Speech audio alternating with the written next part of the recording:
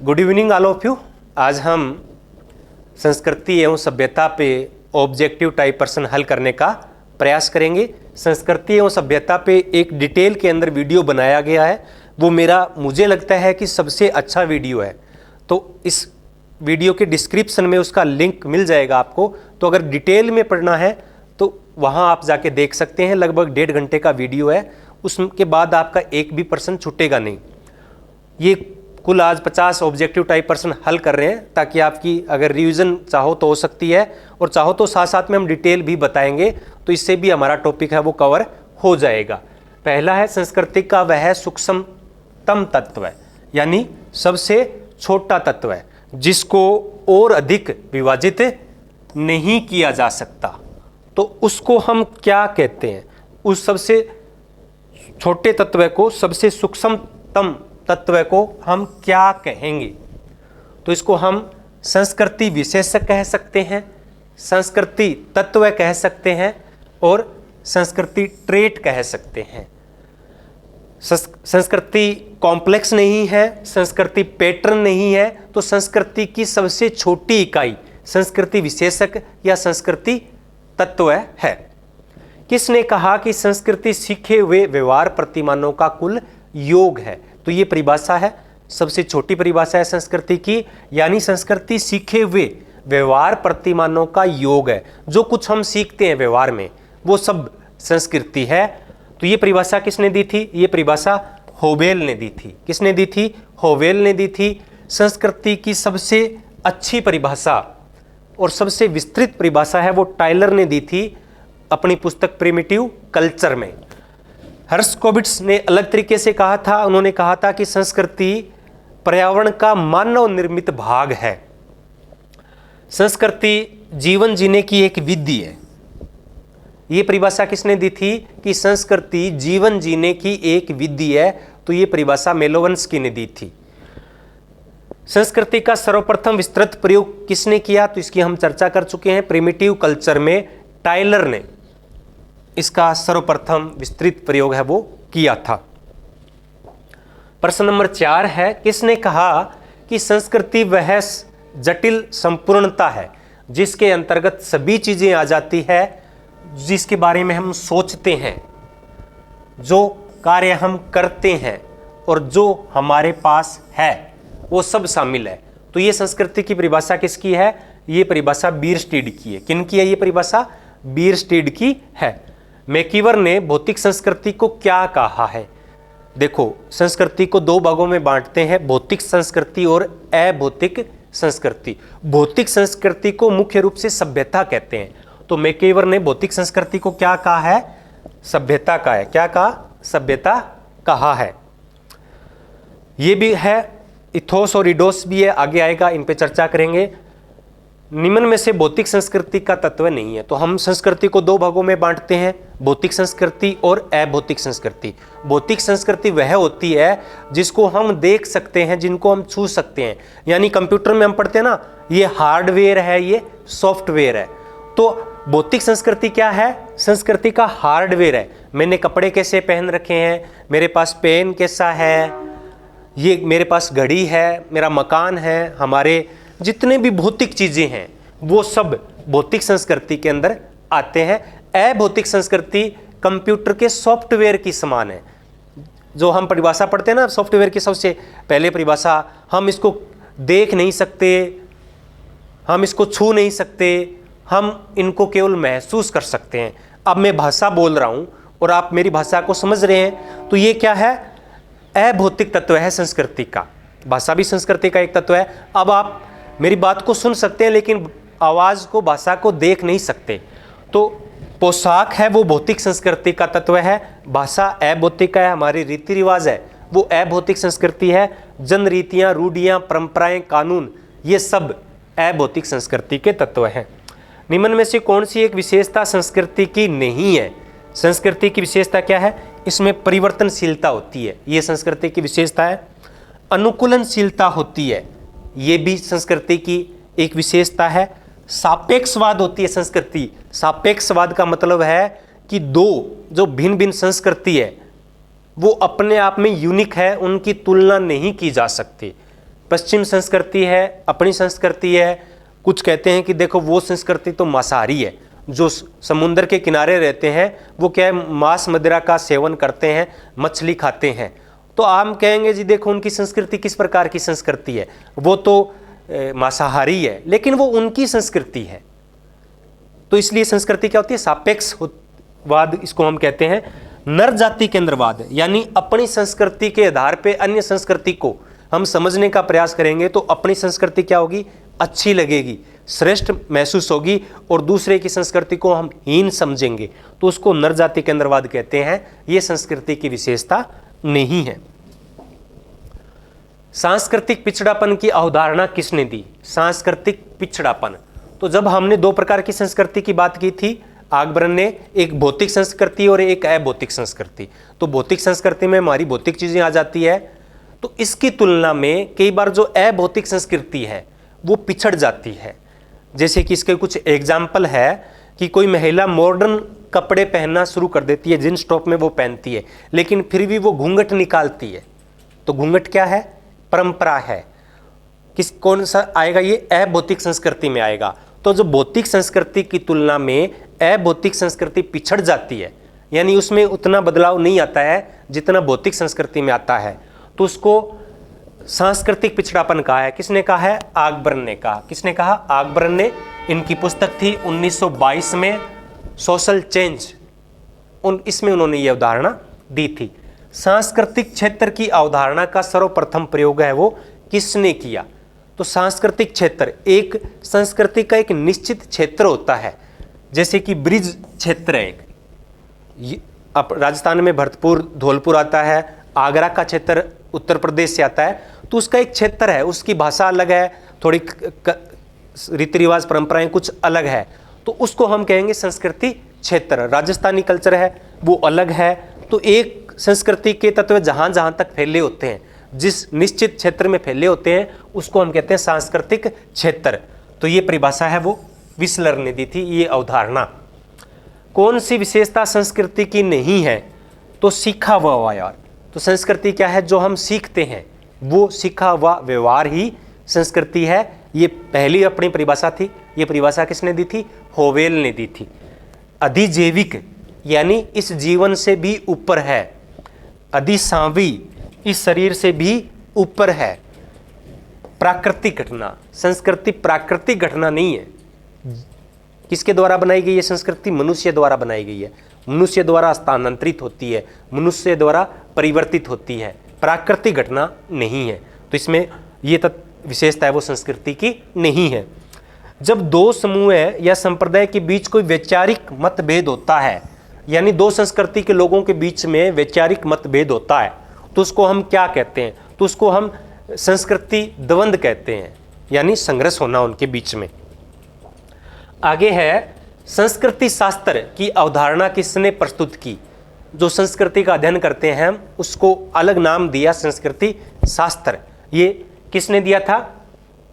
ये दिया था ओस्टवोल्ड ने। किसने दिया? ओस्टवोल्ड ने दिया। निम्नलिखित में से कौन सा कथन सही है? 3 कथन गलत है, 1 कथन सही है। हमें उस सही को जानना है। संस्कृति जन्म से प्राप्त होती है, ये कथन क्या है? गलत है, क्योंकि संस्कृति जन्म से प्राप्त नहीं होती। जन्म के समय मनुष्य केवल एक जैविक प्राणी होता है, धीरे धीरे वो सामाजिक प्राणी बनता है। तो यानी ये गलत कथन है। संस्कृति हमेशा अपूर्ण रहती है, संस्कृति अपने आप में पूर्ण होती है, ये कथन भी गलत है। संस्कृति अधिसांवी होती है, यानी जीवन से ऊपर होती है, अधिजैविक होती है, अधिसांवी होती है, अधिवैयक्तिक होती है। तो ये कथन सही है। संस्कृति अपरिवर्तनशील होती है, ये भी गलत है, क्योंकि संस्कृति में परिवर्तन है वो हमेशा होता रहता है। अनोमी की अवधारणा किसकी देन मानी जाती है? अनोमी, अनोमी का अर्थ होता है विचलन, विचलन, विचलन यानी चलन से हटकर कुछ हो जाए, तो उसको विचलन या अनोमी कहते हैं। तो अनोमी की अवधारणा के साथ 2 लोगों का नाम जुड़ा हुआ है। पहले नाम जुड़ा था इमाइल दुर्खिम का, और बाद में इसको एक सिद्धांत के रूप में प्रस्तुत किया था आप रॉबर्ट के मर्टन ने।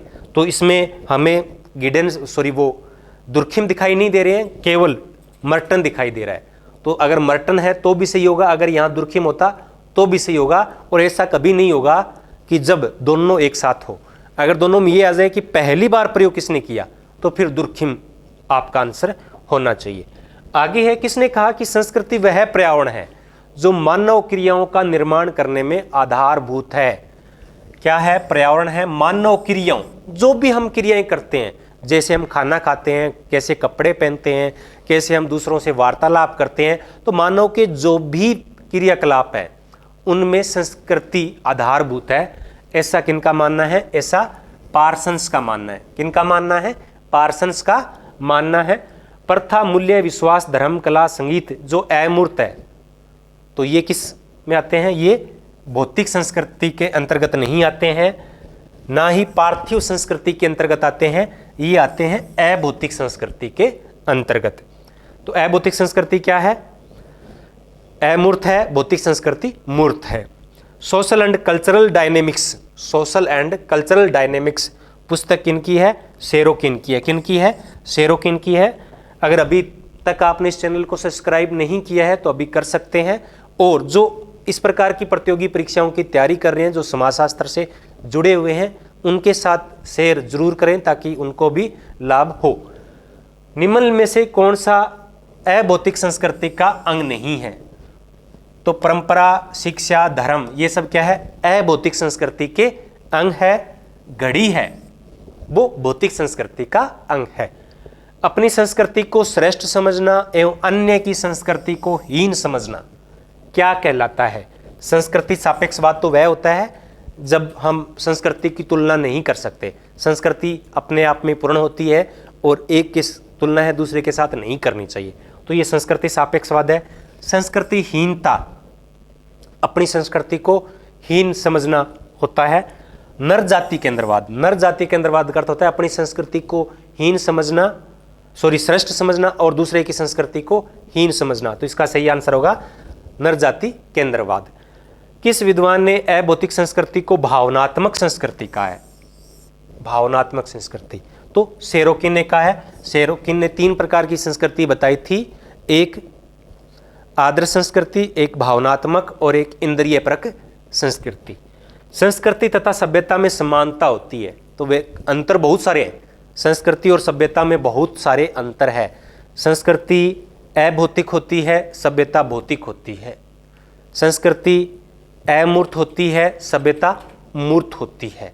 संस्कृति सभ्यता में परिवर्तन है वो आसानी से हो जाते हैं और उनमें होने वाले परिवर्तन को हम आसानी से देख भी सकते हैं, लेकिन अभौतिक संस्कृति में परिवर्तन मुश्किल से होते हैं और ना ही हम उनको देख सकते हैं। लेकिन फिर भी दोनों में समानता है। दोनों मूर्त है? नहीं है, ऐसा नहीं है। दोनों अमूर्त है? ऐसा भी नहीं है। दोनों की माप संभव है। तो भौतिक संस्कृति की तो माप संभव है, लेकिन अभौतिक संस्कृति की माप है वो संभव नहीं है। दोनों परिवर्तनशील है, तो ये कथन सही है।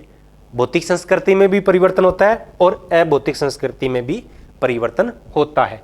किसने कहा कि संस्कृति अधिवैयक्तिक और अधिजैविक होती है, यानी जीवन से भी ऊपर होती है। जीवन से हमें जब जन्म होता है तब प्राप्त नहीं होती है और व्यक्ति से ऊपर। ऐसा नहीं है कि एक व्यक्ति चाहेगा तो संस्कृति को बदल देगा, ऐसा बिल्कुल भी नहीं है। ऐसा किसने कहा था? ऐसा क्रोबर ने कहा था कि संस्कृति अधिवैयक्तिक एवं अधिजैविक है। किसने कहा कि जीवन के प्रकाश और कोमलता को संस्कृति कहते हैं? जीवन के प्रकाश और कोमलता को, ये बड़े दार्शनिक टाइप की परिभाषा है संस्कृति की। तो ये परिभाषा अर्नोल्ड ने दी थी। किन्होंने दी थी? अर्नोल्ड ने दी थी। निम्नलिखित का सही क्रम बताना है। भी सबसे छोटी इकाई क्या है? हम बात कर चुके हैं कि संस्कृति तत्व है, संस्कृति ट्रेट या संस्कृति विशेषक। नंबर 2, संस्कृति तत्वों से मिलकर संस्कृति संकुल बनता है, कॉम्प्लेक्स बनता है। और फिर तीसरे पे आएगा संस्कृति प्रतिमान, संस्कृति कल्चरल पैटर्न बनता है। और फिर संस्कृति क्षेत्र आएगा। तो स ऑप्शन है वो इसका सही होगा। आगे है, हमारे द्वारा देखे या सुने गए व्यवहार को सुने गए व्यवहार में लाकर अर्थ प्रदान करने की प्रक्रिया संस्कृति का कौन सा पक्ष है? तो संस्कृति के 3 पक्ष बताए गए हैं। उसमें होता है कि जब हम सुनते हैं जो हम देखते हैं उसको हम व्यवहार में लाते हैं, तो ये थोड़ा मनोवैज्ञानिक शब्दावली है, तो इसका सही आंसर होगा संज्ञात्मक। जैसे कि हम साइकोलॉजी में पढ़ते हैं कि कुत्ता बोलते हैं तो छोटे बच्चे को, तो वो जो 4 पैरों से चलते हैं उनके लिए वो सारे के सारे कुत्ते हैं, लेकिन वो जो थोड़ा उसको ज्ञान होता है तो फिर वो कुत्तों को समझता है, और फिर और ज़्यादा ज्ञान होता है वो कुत्तों की विभिन्न प्रजातियों को बच्चा समझ लेता है, तो इसको बोलते हैं संज्ञात्मक ज्ञान। तो संस्कृति के द्वारा हमें संज्ञात्मक ज्ञान होता है। द नेचर ऑफ कल्चर, संस्कृति की प्रकृति क्या है, ये पुस्तक के द्वारा लिखी गई है, करोबर के द्वारा लिखी गई है। गिलीन की पुस्तक है वो कल्चरल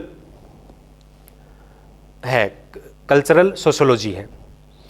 संस्कृति का प्रकार्यात्मक सिद्धांत किसके द्वारा प्रस्तुत किया गया है? संस्कृति का प्रकार्यात्मक सिद्धांत है वो मेलोवंस्की के द्वारा प्रस्तुत किया गया है। किनके द्वारा? मेलोवंस्की के द्वारा प्रस्तुत किया गया है। संस्कृति में उत्तराधिकार में प्राप्त कलाकृतियों, वस्तुएं, तकनीकी ज्ञान, प्रक्रिया, आदतें, मूल्य सभी शामिल है। तो ये किसने कहा? मेलोवंस्की ने कहा था। तो ये मेलोवंस्की ने द्वीप समूह है जो ऑस्ट्रेलिया के नज़दीक है, ट्रोबियार्ड द्वीप समूह है, वहाँ का अध्ययन किया था और वहाँ की उन्होंने कुछ प्रथाएं बताई थी। तो वो ये जो परिभाषा है वो इसी से ली गई है। तो मेलोवंस्की की है त्रासदी की संस्कृति। त्रासदी की संस्कृति की अवधारणा किसने दी? जॉर्ज सिमेल ने दी। किन्होंने दी? जॉर्ज सिमेल ने दी। निम्नलिखित में से एक सुमेलित नहीं है। प्रिमिटिव कल्चर टाइलर की है। द स्टडी ऑफ मैन, ये सुमेलित नहीं है। द स्टडी ऑफ मैन किनकी रचना है? राल्फ लिंटन की है। किनकी है? राल्फ लिंटन ने की पुस्तकें लिखी थी जिसमें कल्चरल बैकग्राउंड ऑफ मैन और the study of man. Folkways है, समनर ने लिखी थी 1906 में, और सोशल चेंज ओकबर्न ने लिखी थी 1922 में।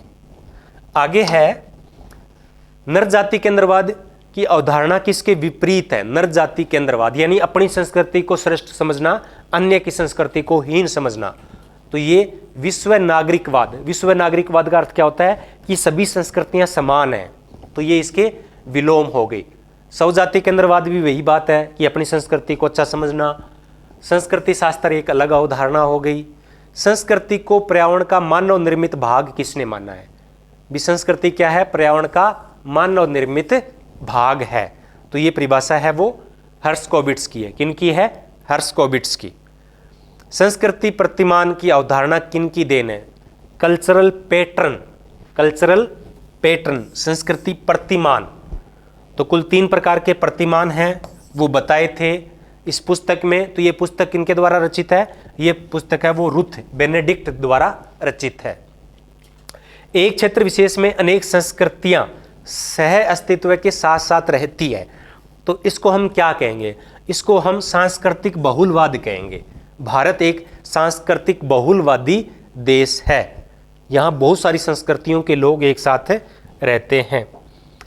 आगे है सांस्कृतिक पूंजी की अवधारणा किसने दी? सांस्कृतिक पूंजी, तो पियरे बार्दियू। पियरे बार्दियू कहा कि कुछ संस्कृतियां ऐसी होती है जो अपने आप में यूनिक होती है, वो उसकी सांस्कृतिक पूंजी होती है, जो विशिष्टता होती है। निम्नलिखित में कौन सा सापेक्षवाद को रेखांकित नहीं करता है? सापेक्षवाद यानी सभी संस्कृतियों को केवल उसी के संदर्भ में समझना, एक दूसरे की तुलना नहीं करना। तो संस्कृति श्रेष्ठता,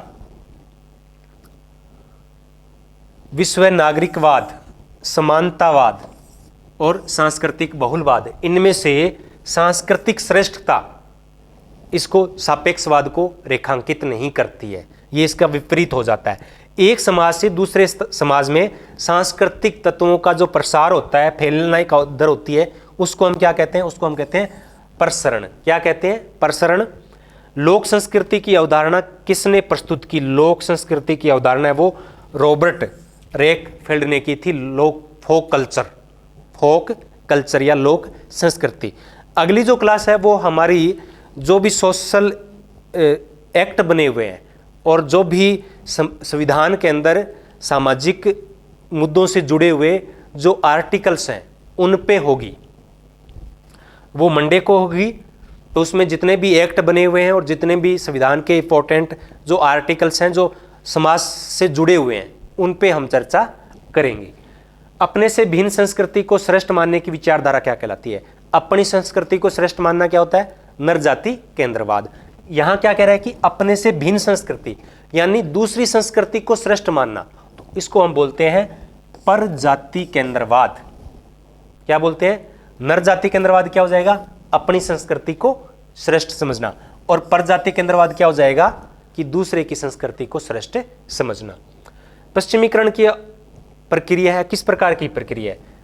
पर संस्कृति ग्रहण, पर जाति केंद्रवाद, नर जाति केंद्रवाद, सांस्कृतिक सापेक्षवाद। तो ये पर संस्कृति ग्रहण यानी जब हम दूसरे संस्कृति के तत्वों को ग्रहण करते हैं तब उसको बोलते हैं पर संस्कृति ग्रहण। स्व संस्कृति ग्रहण यानी अपनी ही संस्कृति को ग्रहण कहलाता, क्या कहलाता है? स्व संस्कृति ग्रहण। इसी प्रकार से जब दो संस्कृतियां मिल जाती है तो उसको हम क्या कहते हैं? सांस्कृतिक एकीकरण। जब उस संस्कृति का कोई वजूद नहीं रहता है, वो बिल्कुल उसमें समावेश उसका हो जाता है। किसने सामाजिक परिवर्तन के सामाजिक सांस्कृतिक गत्यात्मकता सिद्धांत का प्रतिपादन किया? सामाजिक परिवर्तन के सामाजिक सांस्कृतिक गत्यात्मकता, तो ये शेरोकिन ने किया था। Dimensions of modern Indian culture, ये पुस्तक इनकी है, डीपी मुखर्जी की है। किनकी है? डीपी मुखर्जी की है। कल्चरल थीम या संस्कृति लेय, कल्चरल थीम या संस्कृति लेय यानी कोई कल्चर की थीम होती है एक मुख्य रूप से, जैसे कि भारतीय संस्कृति आध्यात्मिकता पे बेस्ड है, तो ये भारतीय संस्कृति की थीम हो गई, या इसको करते हैं कल्चरल या सांस्कृतिक लेय। तो ये सिद्धांत दिया था, अवधारणा दी थी मॉरिस ओपलर ने। रुथ बेनेडिक्ट ने, जो हम बात कर रहे थे ना पैटर्न्स की, कल्चर ऑफ पैटर्न या पैटर्न ऑफ कल्चर, सॉरी, तो उसमें इन्होंने 3 जनजातियों का अध्ययन किया था, क्वाइक्यूटल, जुन्नी और डोबियून। तो इसके आधार पे उन्होंने कहा था कि एक संस्कृति का एक विशेष व्यक्तित्व होता है। तो ये इसमें बेनेडिक्ट ने कितने प्रकार के व्यक्तित्व बताए थे? तो ये 3 जातियों का अध्ययन किया और उन्होंने कहा कि एक जाति का या जनजाति का एक व्यक्तित्व होता है, उसमें सारे के सारे लोग वैसे होते हैं। तो उन्होंने कितने प्रकार के व्यक्तित्व बताए थे? 2 प्रकार के व्यक्तित्व बताए थे। कौन कौन से बताए थे? अपोलोसियन, इस टाइप के जो व्यक्तित्व होते हैं वो शांत प्रवृत्ति के होते हैं, और डायनोसियन बड़े क्रूर या बिल्कुल भयानक प्रकार के व्यक्तित्व के लोग होते हैं, हिंसक तरीके के लोग होते हैं। तो सांस्कृतिक विकल्प की अवधारणा किसने दी? सांस्कृतिक विकल्प राल्फ लिंटन ने। किन्होंने दी थी? राल्फ लिंटन ने। सांस्कृतिक विकल्प यानी हम क्या पहनेंगे, अपने पास अगर ये ऑप्शन है तो वो सांस्कृतिक विकल्प कहलाएगा। जैसे कि मैं पैंट शर्ट पहन सकता हूँ, धोती कुर्ता पहन सकता हूँ, या महिलाएं हैं वो सलवार सूट पहन सकती है, साड़ी पहन सकती है, या कुछ और पहन सकता है, उसके पास विकल्प है, तो इसको बोलते हैं सांस्कृतिक विकल्प। कहते हैं ना क्या ऑप्शन क्या है, तो अल्टरनेटिव होना ही ये कहलाता है। ये राल्फ लिंटन ने कहा था। सांस्कृतिक सार्वभौम, ये अवधारणा भी राल्फ लिंटन ने दी थी। सार्वभौम का अर्थ क्या होता है? जो सभी जगह पाया जाता है। तो संस्कृति के कुछ ऐसे तत्व होते हैं जो सभी संस्कृतियों में पाए जाते हैं, जैसे कि ईमानदारी से कार्य करना चाहिए, दूसरों का सहयोग करना चाहिए, मानव की भलाई के लिए कार्य करना चाहिए। तो ये सभी संस्कृतियों में ये तत्व है, तो इसको बोलते हैं सांस्कृतिक सार्वभौम। आगे है, किसने सांस्कृतिक विलंबन की अपेक्षा या सांस्कृतिक विलंबन की अपेक्षा तकनीकी विलंबन को महत्व दिया? तो सांस्कृतिक विलंबन होता है, उसी प्रकार से तकनीकी विलंबन भी होता है। जैसे कहीं मोबाइल तो पहुंच चुके हैं लेकिन अभी तक टावर नहीं पहुंचा है, रेंज नहीं पहुंची उसकी, तो वो क्या होगा?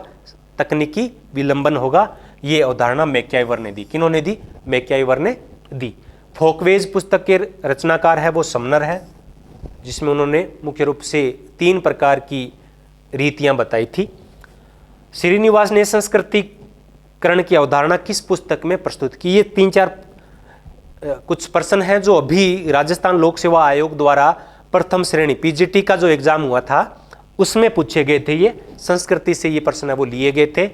तो श्रीनिवास ने संस्कृतिकरण की अवधारणा किस पुस्तक में दी? Social change in modern India. संस्कृति को इथोस और इडोस के रूप में व्याख्या किसने की? इथोस यानी संस्कृति के आंतरिक तत्व है, और इडोस का मतलब होता है संस्कृति के बाहरी तत्व है, यानी ये भौतिक संस्कृति, अभौतिक संस्कृति और ये भौतिक संस्कृति यानी सभ्यता। तो ये किसने बताए थे? ये बताए थे क्रोबर ने। किन्होंने बताए थे? क्रोबर ने बताए थे। इथोस और इडोस की व्याख्या किसने की? क्रोबर ने की। अभी लेटेस्ट ही हुआ था, उसमें पूछा गया था।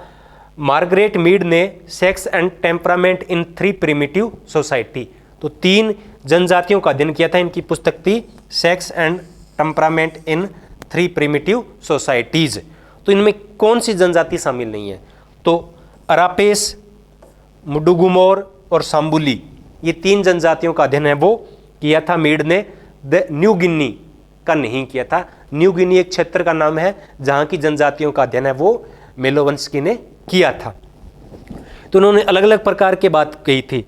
एरापोस में उन्होंने कहा था कि महिलाएं हैं शांत प्रवृत्ति की होती हैं, पुरुष है वो हिंसक प्रवृत्ति के होते हैं। मुडुगुमोर में पुरुष हैं वो हिंसक प्रवृत्ति के हैं, सॉरी इनमें तो दोनों ही शांत प्रवृत्ति के होते हैं, इनमें पुरुष है वो हिंसक प्रवृत्ति के होते हैं।